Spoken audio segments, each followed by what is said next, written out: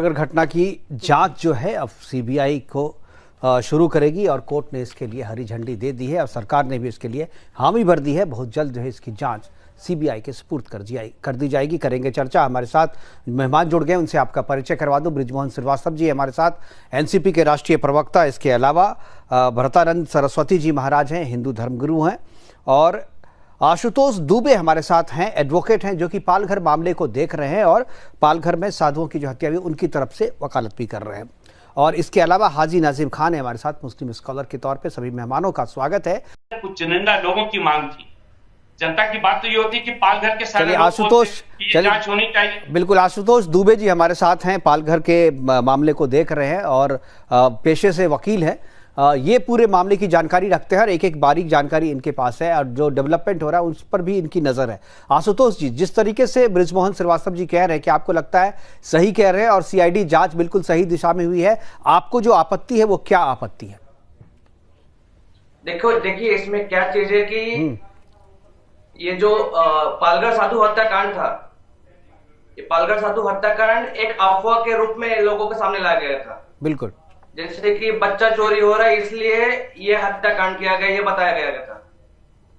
बिल्कुल, लेकिन मामला ये है कि एक बच्चा चोरी के अक्यूज को 100-150 की मौत मिलकर, जिसमें कुछ माइनर भी इंक्लूड है, बिल्कुल, इतनी कौन सी हावी हो गई कि पूरा उनका हत्या कर दिया। इवन पुलिस को भी डर नहीं रहे वो लोग। बात एक ये है। दूसरी बात, एक इनके ही पार्टी का एक नेता था जो वीडियो में सामने साफ रूप से आया था। जब वो वहां मौजूद था तो लोगों ने दादा आले ऐसा चिल्लाना चालू कर दिया, जिसके वजह से उनको और उनके 3 लोगों को सम्मन्स भी दिए गए थे। बिल्कुल। और 3 लोगों के नाम थे। पहला नाम था काशीनाथ चौधरी, दूसरा नाम था विष्णु पात्रा, तीसरा नाम है शुभम भावर और एक धर्मा भावर जी। ये एनसीपी और सीपीएम, इन 2 पार्टियों के लोग हैं। जब इनका गलती नहीं था तो इनको सम्मन्स क्यों दिया गया? और सम्मन्स दिया गया तो वो भी उद्धव सरकार के कार्यकाल में दिया गया था। बिल्कुल, तो कहीं ना कहीं कुछ ना कुछ उनका रिलेवेंस है, तो उनको सम्मत दिया गया है ना। वीडियो में उनकी मौजूदगी दिखाई गई तो ही सम्मत दिया गया ना। इसका मतलब कुछ ना कुछ छुपाया जा रहा है। अभी भी जांच अधूरी है, लेकिन एक चीज जांच पूर्णतः रूप से होनी चाहिए। दुबे जी, आपने कहा कि उद्धव सरकार ने ही एनसीपी, यानी सरकार में तो एनसीपी थी उस समय, और यानी अपने ही नेता को अगर समन कर रही है तो इसका मतलब आप तो कह सकते हैं कि जो सीआईडी की जांच थी वो सही दिशा में जा रही थी और अपने लोगों को बचाने की कोशिश नहीं हुई, या समन दे करके उनको बचाने की कोशिश हुई। ये बताइए ना, अगर ऐसा हुआ कि भाई अपने नेताओं को बचाने की कोशिश हुई, उनसे जो पूछताछ करनी थी सख्ती से वो पूछताछ नहीं हुई, क्या इस तरीके का भी मामला है? और जो लोग मार रहे थे साधुओं को वो कौन थे और क्यों वहां पर पालघर में इस तरह की घटनाएं एक बार फिर बार बार हो रही है? इस तरीके की घटनाएं अगर आपको याद होगा, इसी अप्रैल महीने में 2 साधुओं पर फिर हमला किया गया था। बिल्कुल, और हमला होते होते बच गए थे वो, क्योंकि मौजूदा हालात में वहां के पालघर पुलिस वहां उपस्थित हो गई थी। बिल्कुल। तो अगर ऐसे मामले बार बार पालघर डिस्ट्रिक्ट में आ रहे हैं, कहीं ना कहीं ये एक मिशनरी का मामला है। अगर बृजमोहन श्रीवास्तव जी वाकिफ हो गए कि ये पालघर डिस्ट्रिक्ट है, ये एक मिशनरी का हब है। रोज अनगिनत 10, 20, 30, 40 लोग कन्वर्ट होते रहते हैं, जिसमें से कितने लोगों को, अनगिनत लोगों को पालघर में मैं खुद रहता हूं, रेस्क्यू कराया हूं केस करके। अभी तक महाराष्ट्र में एंटी कन्वर्जन बिल नहीं आया गया है, तो जिसकी वजह से हमें अन्य कानूनों का आधार लेना पड़ता है। बिल्कुल, तो एंटी यहाँ पर सिर्फ एंटी कन्वर्जन हो रहे हैं और लोगों को जबरदस्ती धर्मांतरण किया जा रहा है, उनका ब्रेन वॉश किया जा रहा है और बताया जा रहा है कि पर्टिकुलर धर्म के लोग आएंगे और उनको आपको हटाना है, उनको आपको भगाना है। बिल्कुल, भरतानंद जी हमारे साथ, ये कांड आज भी आए हैं और कल भी आएंगे। बिल्कुल, भरतानंद सरस्वती जी हमारे साथ हैं, हिंदू धर्म गुरु हैं और पालघर में ये भी काफ़ी सक्रिय हैं, वहाँ भी काम कर रहे हैं और ये धर्मांतरण के खिलाफ, धर्मांतरण नहीं हो इसके लिए भी वहाँ पर काम कर रहे हैं। तो अभी हमारे वकील साहब ने कहा, जैसे इनके सीपीएम के, एनसीपी के लोग भी उनमें नाम थे, तो अभी तक वो सबूत रहे होंगे कि हमें तो अभी संदेह लगता है, इसमें डाउट लगता है। बिल्कुल। तो ये सीआईडी वगैरह की बाकी तो सीबीआई जांच तो पहले जो तत्कालीन सरकार थी उन्होंने सीबीआई जांच को विरोध किया, और अभी इस सरकार ने, अच्छी बात है, लेकिन फिर भी पालघर जिले में गरीब लोगों का जो शोषण होता है और जो भोले भाले हमारे गरीब पीड़ित लोग होते और जो पहाड़ों में जंगलों में रहते, उनका क्या अपराध है? वो आदिवासी है, वो सनातनी हिंदू है, उनकी सब परंपरा, वो हिंदू है, लेकिन करोड़ों रुपए विदेश से आते हैं और ये जो मामूली स्वार्थ मतलब के लिए जो राजनीतिक दल है, ये दो दल धर्म विरोधी दल, और इन लोगों को वो बढ़ावा देते हैं, धर्मांतरों को बढ़ावा देते हैं और उनका समर्थन करते हैं।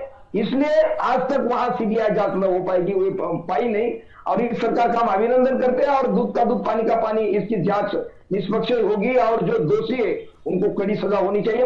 ये भी उसी से जुड़े हुए लोग हैं और वहां पर फिर माहौल बिगड़ता चला गया। बिल्कुल बिल्कुल माहौल बिगड़ने में आशुतोष से कृत्य हो गया। बिल्कुल आशुतोष दुबे जी आपका कुछ जवाब देना चाह रहे हैं। जी आशुतोष जी। बृजमोहन श्रीवास्तव जी ने कहा कि वो वहां जाकर गए थे, लेकिन मैं उनको बताना चाहूंगा कि मेरा यहाँ बचपन बीता है और मैं यहाँ बचपन से देख रहा हूं।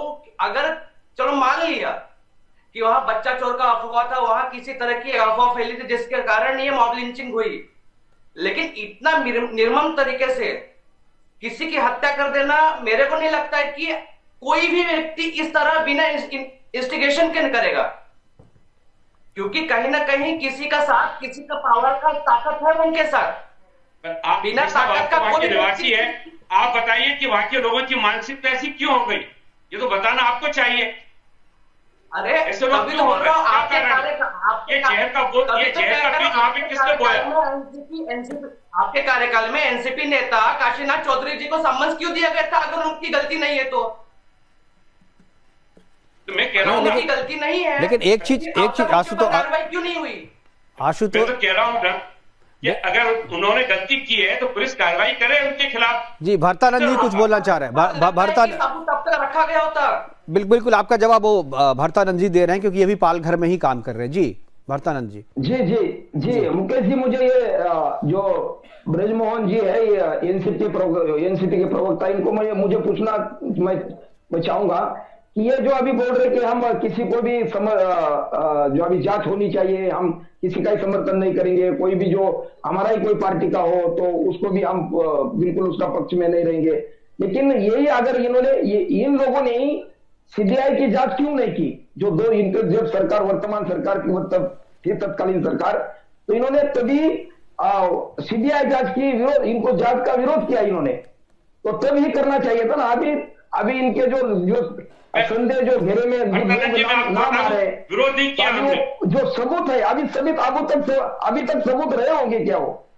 तो इन्होंने तत्कालीन सरकार ने सीबीआई जांच का विरोध किया, क्यों नहीं? विरोध नहीं किया, आपको गलत जानकारी, विरोध नहीं किया। हमने ये कहा कि हमारी पुलिस सक्षम है, हमारा सीआईडी विभाग सक्षम है, वो बेहतर तरीके से जांच कर सकता है। सर तो विरोध करना यही तो होता है, तो विरोध करना और क्या होता है ब्रिजमोहन जी? नहीं सक्षम है तो फिर अभी तक जांच क्यों नहीं हुई? अगर आपकी सरकार, आपकी पुलिस अगर इतनी सक्षम थी सीआईडी, तो उसका नतीजा क्यों नहीं निकला और क्यों नहीं उसकी जांच क्यों नहीं हुई?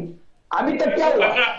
नहीं चार्जशीट, इसमें चार्जशीट दाखिल कर दिया गया है भरतानंद जी, इसमें 115 लोग गिरफ्तार हुए। चार्जशीट दाखिल कर दिया गया है, दोषी अभी तक किसी को नहीं हुआ है, चार्जशीट हुआ है, मामला चल रहा था, प्रोसेस अभी जो है वो चल रहा था, लेकिन बीच में अब सीबीआई जांच होगी तो अब सारी फाइलें जो है सीबीआई को चली जाएंगी। आशुतोष जी बोल रहे हैं कुछ। जी आशुतोष जी। बृजमोहन श्रीवास्तव जी का कहना है कि उनके कार्यकाल में पुलिस सक्षम थी और सीआईडी सक्षम थी, तो मैं उनसे पूछना चाहता हूं कि ये घटना 16 अप्रैल 2020 का है, जब कोविड चल रहा था। उस समय व्हाट्सएप पे एक बच्चा चोर का अफवाह फैला था। फिर हम लोगों ने बॉम्बे हाई कोर्ट में 28 सितंबर 2020 को पीआईएल फाइलिंग किया।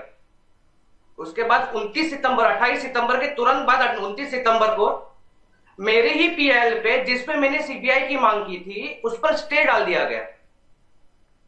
बिल्कुल।